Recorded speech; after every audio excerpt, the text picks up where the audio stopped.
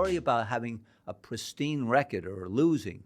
Promotional rights have taken a lot away.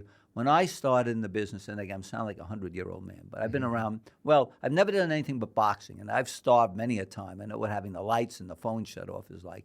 But I started, I guess, right out of high school, so that article I wrote was 1969, and I've been in boxing ever since. So either it was writing for a magazine or a publicist or matchmaker. So it's a hard profession. But, yeah, you didn't have promotional rights. It wasn't never meant to be a team sport. So the manager had a fighter. He could box for any promoter he wanted. And when I made matches early, I could call anybody and say, okay, I want you to fight. So everyone was like an independent contractor? Yes, that's correct. Now, of course, you'd be tied to your place. If you were a New York fighter, there was a kid here, Frank DePaula, who was a very popular light heavyweight. Of course, he was going to draw more money from Jersey City if he fought in the Garden than if he went to California or Chicago.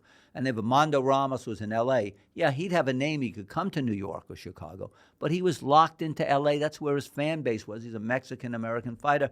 And if you were an Irish kid in Boston, so you were locked in. So you didn't really need a contract with the promoter, because where else were you going to go unless there was another promoter in the same town? But by and large, you didn't need that because you were going to fight out of Philly if you were a Philly fighter, or New York. The Garden was an exception. That was like Broadway. The biggest stars or Carnegie Hall would come to New York. Yeah. But you'd always have the hometown affiliation, which has died, So you'd have an unsung thing. You could have contracts with a promoter, but it wasn't like it's now. The promoter now has ostensibly become a manager.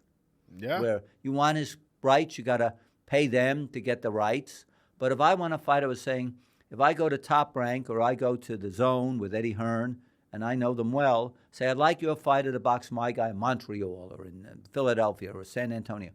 And they will say to me, Don, our fighters are not really contracted to us. They're contracted to the Zone or to ESPN. For us to take our fighter off there and let him fight your guy off television on a non-affiliated promotion, we would have problems with our TV network, who's basically financed it. So instead of getting the fighter for $100,000, where you maybe could make it up at the gate, now it's $200,000 because they need to have a compensation for their promotion as well as the purses for the fighter. Wow. So that's why you don't see really good competitive matches on the way up, because it's virtually impossible to do that. And I've worked with many fighters and champions, and it's almost impossible to do it any longer. Man, that's so unfortunate that things are like that. But let's hope things get better. I wanted to ask you, you used to work for Don King? Oh, yes, I did. 1974, 75. I signed Monzon, Galindez, John Conti. I brought him Arguello, and then the first contact with Duran, yeah. Really? Yeah. I was getting $175 a week, so yeah. Well, how did you get that gig, and how did you scout these fighters? These are some Hall of Famers you just mentioned. Right. Well, remember, I was a mad fan at the time. So I when I worked for Bert Sugar, then after I lost the airfare, he made me the Latin American correspondent for Boxing Illustrated. I spoke a little bit of Spanish, and again, 50 years ago, not a lot of people spoke Spanish. I think there were 3 Mexican restaurants in New York at the time. Now there's 1,000. Now there's carts selling Mexican food every corner. Yeah. So I got to travel to Argentina. I met Monzon and Galindez and his promoter Tito Lectori, and with Cuco Conti in Mexico, and George Parnas, Ruben Oliveras. So I had a connection with all these guys. I saw Duran fight many times in Panama when he defended the title with Jimmy Robertson and De Jesus and did you know Suzuki. When you saw Duran for the first time, did you know right away, like, all right, this is like elite level type talent when you saw him? Well, he came to New York. I didn't see him before he was champ. He came to New York, was very highly touted.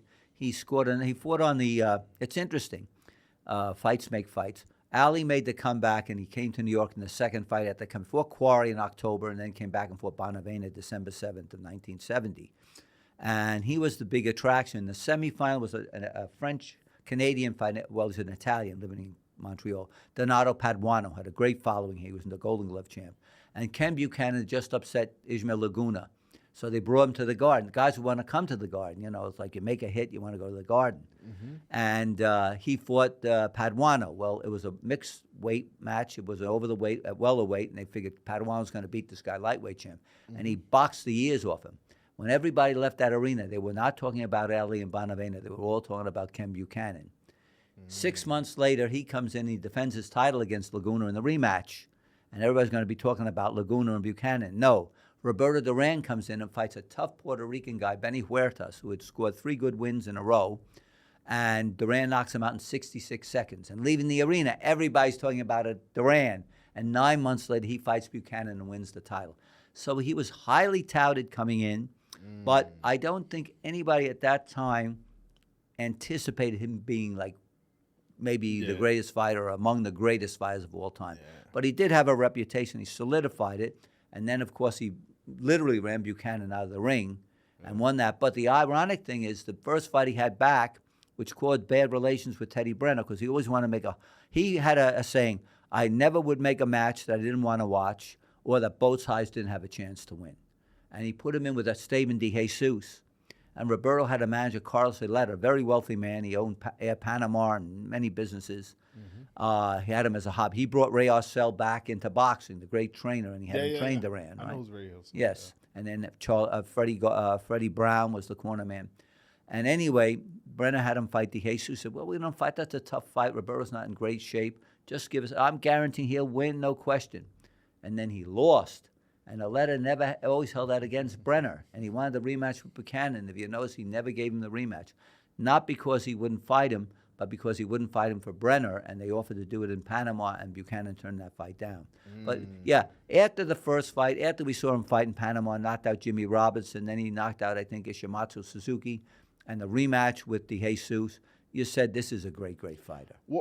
So how did you manage to position yourself to get to sign him? Oh, well, what happened was, or at least I made the contact with King.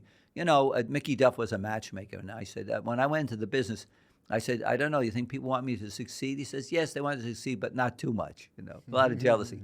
But I said, what's it, having a hard time? He says, Don, when you started out, you were writing for a magazine, and you were doing publicity. So what are you doing in the magazine? Roberto Duran is the greatest fighter. George Parnassus is the greatest promoter. Carlos Aleta, the greatest manager. Jose Napoles is the greatest welterweight who ever lived. Carlos Monzon is a phenomenon. The promoter is the most wonderful human being on earth. But now you're dealing with their pocketbook. You're saying, I can pay you this much to fight, not that much. You got to fight this guy, not that guy. Now you're in their business. You're not telling them how great and wonderful they are. You're not giving them. You're trying to make a living out of them. You're telling them how much you can pay them or get them paid. So now you're doing with business. But since I started out as the PR and hadn't been doing business, so I had a very friendly relationship with Tito Lattori, the promoter from Argentina. So he allowed me to bring Monzon and Galindez to fight here in the Garden for Don King. Okay. The manager of Roberto Duran was very friendly. I said, look, I have Don King wants to work with you. Alexis Arguello's manager, all of these guys I was able to get in. John Conte I'd known from England, you know, and he was looking for a promoter.